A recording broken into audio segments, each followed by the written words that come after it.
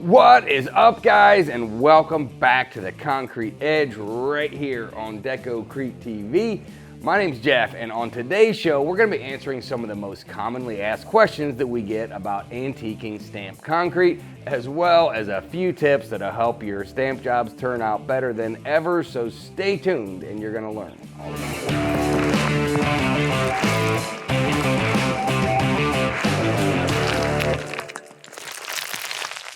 So, in no particular order, here are our most commonly asked questions that we get about antiquing. First up on the list is, I applied some texture enhancer this afternoon. It is dry now, but it's supposed to rain tonight. Is it all gonna wash off because it hasn't been sealed yet? And this is a really good question because that could become a problem if it was. But the simple answer to this is don't worry, you guys will be fine. And the big thing here is that the texture enhancer is completely dry before the rain hits it. I kind of like to break these down into three separate scenarios. It hasn't dried at all, it's starting to dry, and completely dry. And honestly, the worst one of those would be if it's just starting to dry. I mean, in that case, most of that antiquing is going to stay on the slab and mostly in place, but you're going to see little spots that look different, and that's where the rain hits it. And it's basically just hitting that wet antiquing. It's pushing a little bit of the antiquing away, but because of the fact that it is starting to set up, those little spots usually don't close themselves back up again. Now, there's really no functional problem to this at all. It's all aesthetics, but if this does happen to you, it is going to look like you had a raindrop finish.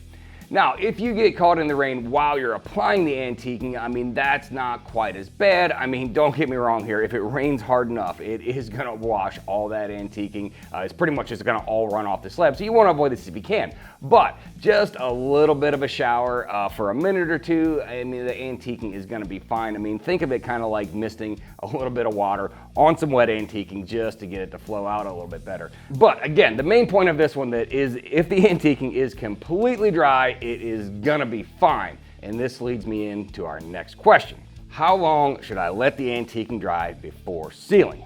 And this one is really important. I mean, antiquing products, they need time to properly dry before you put that sealer on, and that usually means waiting until the next day. And it might look or even feel dry within an hour or two, but that slab still contains so much moisture, and it is not good for putting the sealer on at all. And I mean, we would just never recommend trying to apply the antiquing and seal on the same day. Next up would be, can you remove the antiquing after it's dry?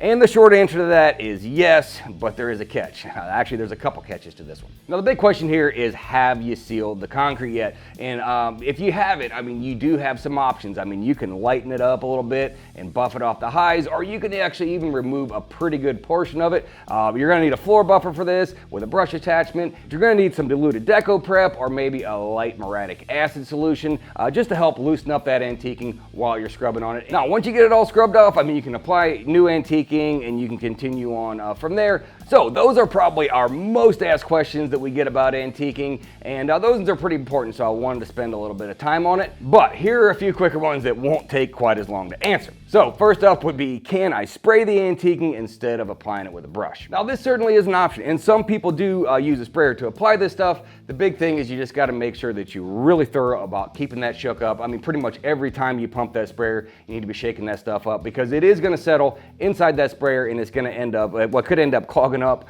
your outlet tube, and it's not going to spray right, and basically you're going to get different amounts of antiquing across the slab. So just really keep it shook up well. So the next one is, should I dampen the slab first before applying the antiquing? And the answer to this is going to be different for different people. I mean, I'll be honest, I generally put the antiquing on a completely dry slab, and that absolutely works. But damping it down first does do a few things for you. And the big thing is, it's just going to buy you a little bit of time. It's going to slow down how fast that antiquing is going to set and dry up on you, and it's just basically going to give you more time to work with it. So the big thing is that you just want to be consistent across the entire slab. So if you start with a dampened slab, make sure you keep it damp as you go along. If you start it dry, make sure it's dry, and so on. So the next question would be, can I use the antiquing to highlight just some of the stones or the boards that are in the pattern? And the answer to this is yes, this actually works really good. I actually love doing this technique. So another question that we get a lot is, can I reapply the antiquing down the road? And the answer would be maybe,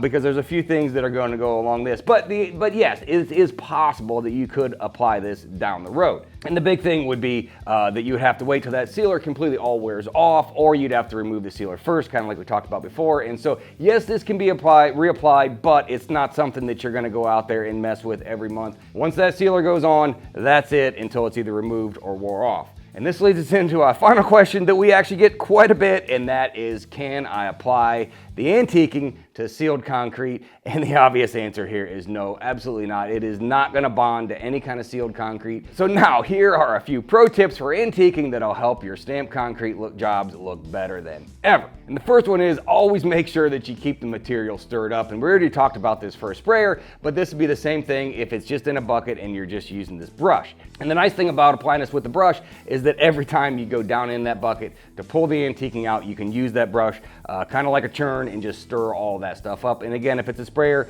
just shake it up. Basically every time that you pump that sprayer, give it a good shake. So the next tip is always keep a wet edge and work within the saw cut. And this is especially in warm weather. I mean, and some of that antiquing is gonna start to dry up within a short amount of time. And as you're working your way across the slab, if you get to an area that's already dry and you push some fresh stuff back up on top of it, I'm telling you, you are gonna see that overlap mark every time. So just remember to use the saw cuts, work within them, because now you're only going back and forth, 8 to 10 feet at a time, and you'll be able to maintain that wet edge. But if you try to go across a 40-foot long patio, and by the time you get back to the other side, it is gonna already be starting to get dried up and you're gonna see overlap. So next up is to make sure that you apply the antiquing evenly over the entire slab and don't let it pile up too much in the joints and the textures.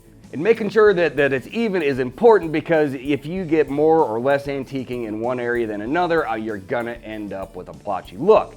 And then letting it pile up too much in the joints and the textures, I mean, I know, guys, this is tempting, because when you're putting this stuff down, it looks so good, while you're applying it, and it's a tendency to just leave it all there. But I'm telling you, if you do leave too much piled up, like in the joints or in the textures, first of all, it's gonna leave some dark spots in the end that just look a little bit unnatural. And this can happen in the grout lines too. Again, it gets dark and it doesn't look as bad there, but also what happens is if you get too much in one spot, it literally dries up almost into a cake. It's just gonna eventually end up chipping off of there, and you're gonna have a total bare spot where that was at. And this leads me right into my next tip, which is sometimes you gotta have to look at this as a less is more kind of mentality, but it is possible that you could do a pretty good job of keeping it out of the deep spots as you apply it. But if you just put too much on overall, it's gonna end up running right back down to them, and we're gonna have the same problem. So just take your time with this one and just keep pulling that excess back as you're applying it, and pay attention to the stuff that's already flowed back out, like out in front of you.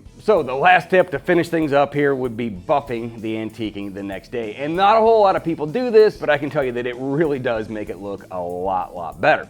And the best thing for use for this is a low-speed floor buffing machine and a white scrubbing pad, or whatever the softest scrubbing pad you can find is.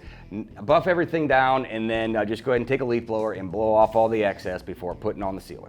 Well, guys, there you have it. Those are our most commonly asked questions about antiquing stamped concrete. So from all of us here at Deco-Crete TV, thanks for watching, and we'll see you next time.